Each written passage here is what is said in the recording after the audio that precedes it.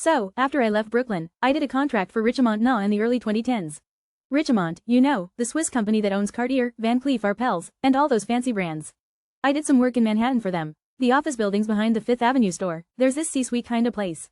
I remember a broad hallway with pillars and a rich red carpet and documents on the wall signed by kings. There were these French female high-end executives, and at Cartier in Manhattan, it's serious business.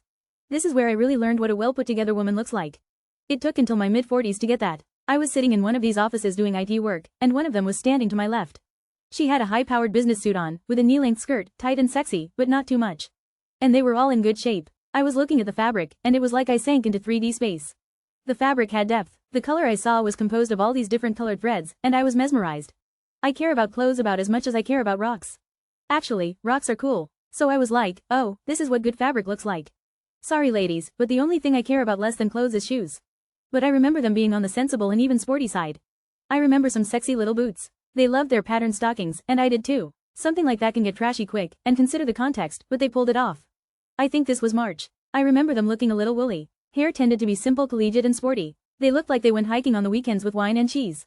Colors were generally muted, but a lot of them did the same thing. There wasn't a ton of bling, but they would put on one big splash of femininity, to the point of girly. I remember a big bright sunflower pin that probably came from someplace like Cartier. I can verify that employee discounts exist. Or a big electric pink hair clip with daisies. It was great. Very attractive women overall. That's some high-end dressing. But I wonder about those hair clips. They could be super expensive, but I dated a woman who put Marc Jacobs against him basics. I still wonder about that. I saw some ladies in that range in the C-suite of HarperCollins when we did executive support there. And Cipriani's is its own story. But I think the French lady execs of Cartier Manhattan are about the top of the game for me.